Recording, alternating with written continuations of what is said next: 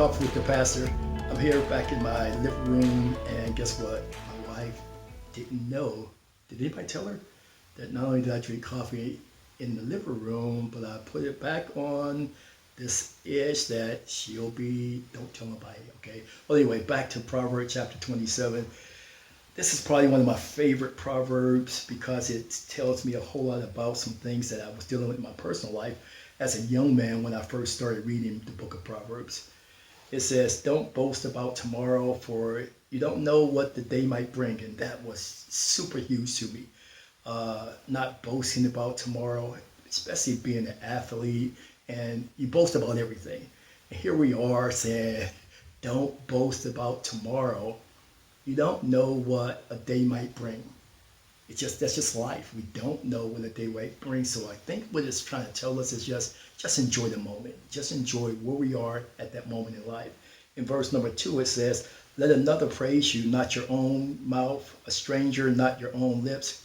A stone is heavy and sand is burden, but arrogation from a fool outweighs them both. Fury is cruel and anger a flood, but who can withstand jealousy? Better is an open reprimand than concealed love. I'm reading out of the Christian Standard Bible, and in verse 6 it says, the wounds of a friend are trustworthy, but the kisses of an enemy are excessive. A person who is full tramples on honeycomb, but a hungry person, any bitter thing is sweet.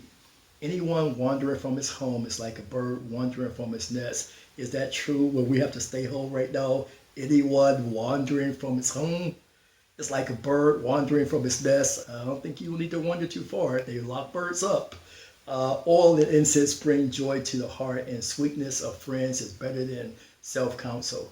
Don't abandon your friends or your father's friends, and don't go to your brother's house in a time of calamity. Better a neighbor nearby than brothers far away. Aren't we learning that in this particular season of our life? A sensible person sees dangers and take cover. The inexperienced keep going and are punished. Take his garment, for he has put up security for a stranger. Get collateral if it's for a foreigner.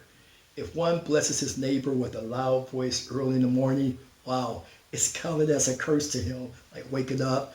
Hey, Tyus, wake up, man. I would be like, hey, curse on you.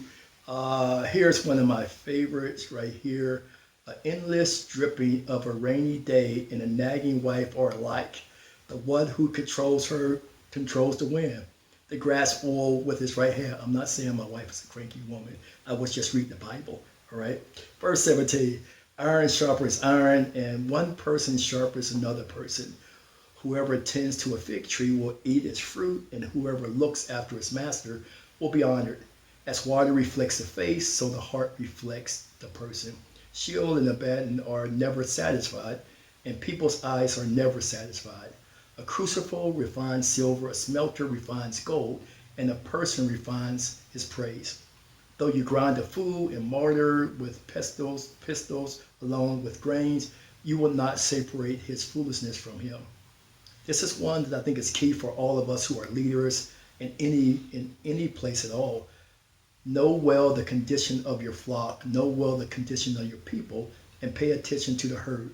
For wealth is not forever, not even crowns last all the time. When hay is removed and new growth appears, and grain from the hills is gathered in, lambs will provide your clothing, and goats the price of the field.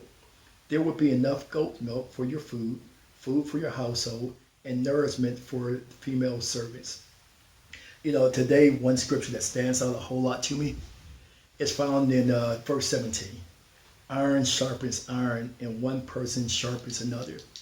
You know, I think we forget how important it is to have people in our life who sharpen us, who teach us, you know, like the videographer, Jerron, he's been telling me, hey, you can do this yourself, you know. But I say, hey, come over and teach me, because iron sharpens iron. You learn better when someone teaches you something that you don't know. So take this tip today. Find someone who has iron in them, someone who has something that you can learn from, that can sharpen you, that can make you better, that can make you stronger. See, in a crisis, we don't have to let the crisis determine who we become. We can be around people who have iron heart, iron love, iron skill sets that we need in this hour. And we can say, hey, would you sharpen me so that I can be sharper to help others who I need to sharper?